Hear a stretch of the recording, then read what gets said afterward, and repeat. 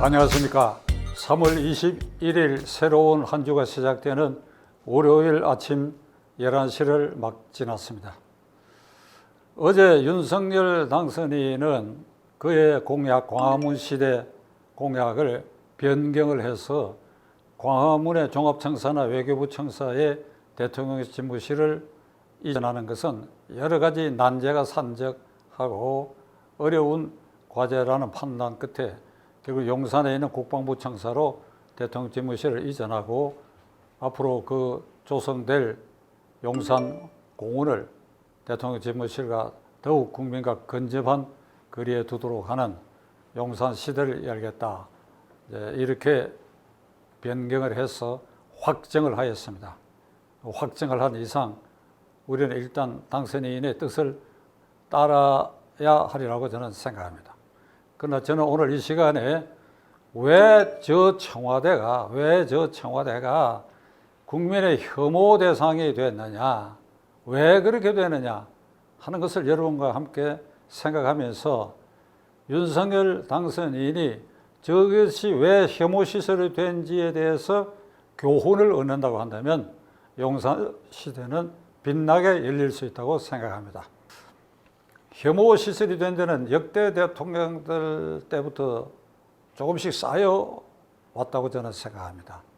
결정적인 것은 박근혜 4년 그리고 문재인 5년 이 9년 동안에 청와대가 완전히 구중궁궐 심처 9겹에 쌓여있는 아주 궁궐이고 아주 깊숙한 곳에 거기에 대통령이 콕 처박혀 있어가지고 뭐 표현이 좀 거칩니다만 콕 처박혀 있어가지고 국민과의 거리를 벌리고 국민과의 소통은 뒷전으로 이렇게 밀어버리고 그래서 저 청와대가 권부 아니냐 그리고 대통령이 저 안에서 무슨 일을 하고 있느냐라고 하는 데 대한 혐오감이 쌓여가지고 그리고 드디어는 윤석열 후보가 대선 운동 과정에서 광화문 시대를 열겠다고 하니까 열광적 박수를 보냈고 그 상당한 득표에 도움이 됐을 것입니다. 조금 우스개 얘기입니다만은 이재명 후보가 굉장히 영악한 사람인데 광화문 시대를 열겠다고 틀림없이 공약을 했을 텐데 못한 것은 그건 문재인 대통령이 걸렸기 때문이지요.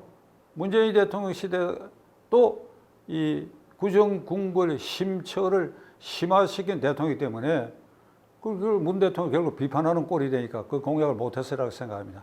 하여간 어떻든 윤석열 후보는 그 아주 적절한 시기에 적절한 공약을 저는 했다고 생각합니다. 자, 그러면 왜 국민들이 혐오감을 갖게 되느냐? 우선 박근혜 시대 4년을 한번 회고해 볼 필요가 있습니다. 청와대 경내에는 이 본관 대통령 집무실, 그러니까 그게 이를테면 정전이죠, 정전.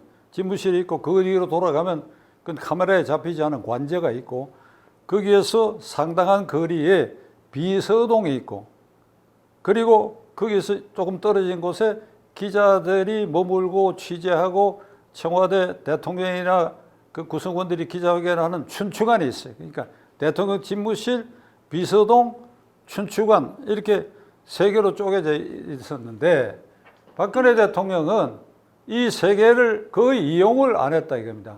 그럼 어디 있었느냐? 관저에 콕 박혀가 칩거했다. 콕 박혀 있었다. 이게 참 불행한 얘기를 이게 지금 하게 되면 박근혜 대통령 열렬 지지자들은 저를 나무랄지 모르겠습니다만 사실대로 우리가 회고할 필요가 있지요. 비서실장이 일주일에 대통령 얼굴 한 번 보기도 어렵다. 그러면 뭐 말 다 한 겁니다. 비서실장이 그러니 담당 비서관들이 급한 보고를 한다든지 무슨 정장기 계획을 대통령 앞에서 설명한다든지 하는 기회는 거의 없는 것이고 그러니까 비서동에 내려올 일도 없고 그리고 춘추관에 나타나서 대통령이 수시로 현안에 대해서 얘기할 일도 없고 그렇게 된 겁니다. 아주 상징적인 것이 2016년 4월 16일 오전 9시 세월호가 이렇게 기울기 시작한 그 시점에도 박근혜 대통령은 관저에 콕 박혀 있었지요. 국가안보실, 그 당시는 안보실장이 김장수 전 국방장관이었죠. 거기 소속하는 육군 중령이 자전거를 타고 경대가 좀 넓으니까 두 가지 보고서를 써서 수시로 대통령이 출근도 하지 않는 알 수가 없으니까 집무실에 한 부 보내고 그 다음에 관저에 한 부 보내고 그러다가 대통령이 참 민망합니다만은 머리 손질을 하는데 한 50분 걸리고 이래가 3시경에 종합청사에 있는 비상대책 상황실에 비로소 갔고 그래서 참 동문서답하는 식으로 뭘 왜 탈출자를 많이 구제하지 못했나요? 뭐 그러고 돌아와서는 다시 관제수 콕 박혀버렸다. 이게 상징적인 거예요. 이게. 그러니까 구중궁궐 심처 그러니까 핵심은 불통이지요. 불통. 대통령 얼굴 보기가 비서실장이 어렵다고 했으니까. 그런 박근혜 대통령의 이를테면 청와대 운용 때문에 괴담이 발생한 거 아닙니까? 자, 문고리 3인방, 그리고 그 중에서도 잔심부름하는 문고리 3인방 누구누구가 실제로 실세 역할을 한다. 그 다음에 십상시가 있다. 박근혜 대통령 정권 아래서는 십상시.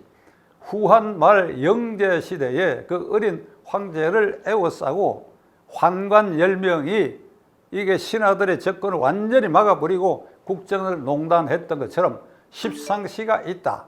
박관천 경정 거기 청와대 민정실에 근무했던 박관천 경정이 올린 보고서가 그것이 화제도 되고 문제가 됐다.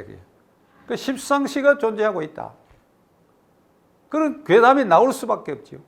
그리고 최순실이가 자주 들락거린다. 그래서 대통령 연설문을 뭐 이렇게 이견을 낸다. 그건 대통령 입으로 나중에 몰렸을 때 그 얘기를 공개를 했죠.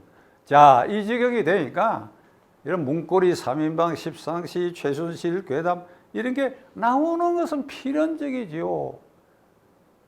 참 안 된 얘기입니다만 그걸로 결국 본인이 국회의원들하고의 소통도 다 단절해버리고 그 62명의 자당 국회의원들이 아니 자기 대통령을 어떻게 탄핵에 찬성하는 결과가 됐습니까? 이게 완전히 불소통해서 기인했다.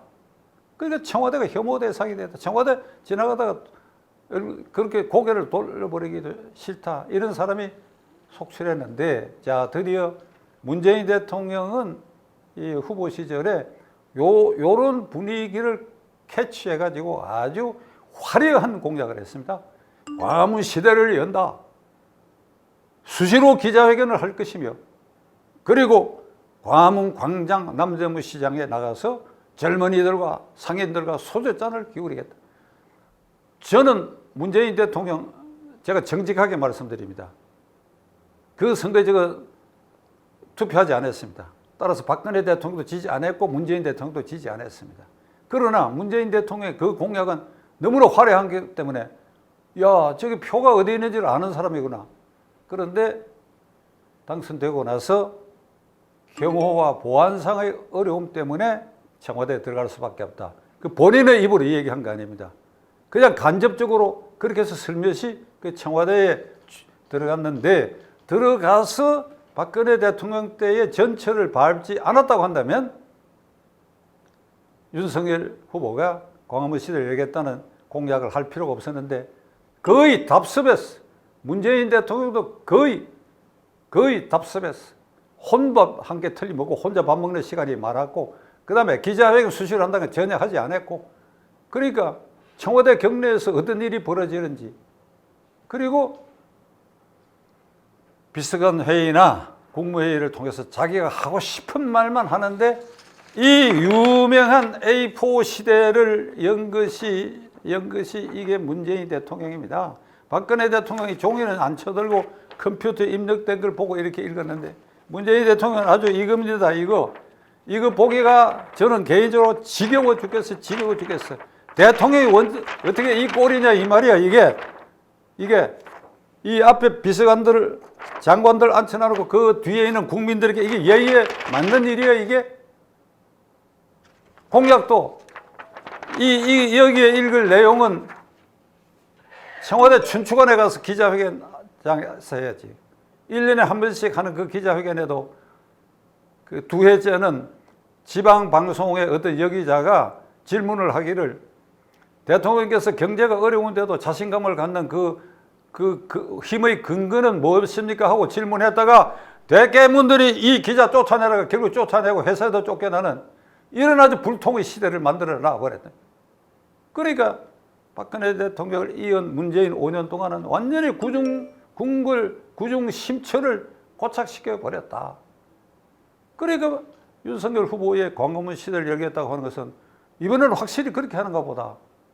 그런데 역시 광화문에 여러 문제가 있다. 그러니까 그 의견 저는 존중하려고 합니다. 그 용산 시대를 열었다. 그래서 앞으로 용산공원 조성 이런 걸 대통령하고 일반 국민들 더 근접성을 강화한다. 그건 그렇게 될 것입니다. 그런데 어제 윤 대통령의 설명 중에 하나 크게 기대하는 것은 국방부 청사를 일단 사용을 하는데 1층에 기자실을 둔다는 겁니다. 2층에 비서실이 있고 3층에 대통령이다. 그러니까 같은 현관을 기자와 대통령도 이용하게 된다. 물론 엘리베이터만은 따로 쓰는지 모르겠으나 이러니까 대통령이 아래층에 기자실이 있고 기자들은 위에 대통령이 있으니까 대통령이 오늘 그 동정이 어떤지 뭐 2016년 4월 16일 세월호가 무너질 때 대통령 어디 있었냐 그런 불필요한 논쟁은 이제 없어질 것입니다. 대통령 아침 출근하는 거 기자들이 바로 볼 수도 있게 됐다. 이제 이렇게 되면 백악관처럼 대통령이 어디 출장을 나갈 때 헬리콥터장으로 이동하는 때도 그렇게 되면 용산공원 앞에 헬리콥터장 만들어야 되겠죠. 이동하는데 그 사이에 기자들이 따라가면서 뭘 묻기도 하고 그게 돌아서서 대답도 하고 하는 그래요. 완전 소통할 수 있는 시대 그 시스템을 일단 용산에서 갖추게 됐다. 그래서 저는 안도하는 것입니다. 이제 구정궁궐, 구중심처 그 보기 싫은 컴퓨터를 앞에 놓고 국민들에게 얘기하고 A4 용지를 쳐들고 국민에게 얘기하고 기자회견이라는 건 안 해버리고 주요 현안에 대해서도 전부 얼굴을 감춰버리고는 이런 시대는 끝나게 됐다. 윤석열 당선인이 어제 기자회견을 통해서 용산 시대를 열다는 그 포부를 설명하면서 그 구조까지 설명한 데 대해서는 저는 기대합니다. 반드시 현안에 대해서는 1층으로 내려가 가지고 기자들의 질문 답변에 좋은 정책은 뭐 굳이 안 해도 되지만 실패한 정책이나 나쁜 정책이라고 판명된 것도 좀 부끄러움이 있고 좀 억울한 점이 있다 하더라도 국민 앞에 나서야 됩니다. 그 기자들 앞에 나서는 것입니다. 이런 시대를 윤석열 대통령은 열어가야 할 것입니다. 다시 한번 왜 청와대가 구중궁궐, 구중심처가 됐는지 국민의 혐오 대상이 됐는지 이걸 윤석열 후보가 교훈으로 삼다가 나면 그 용산 시대는 빛나는 시대가 될 것이라고 저는 기대에 마지 않습니다.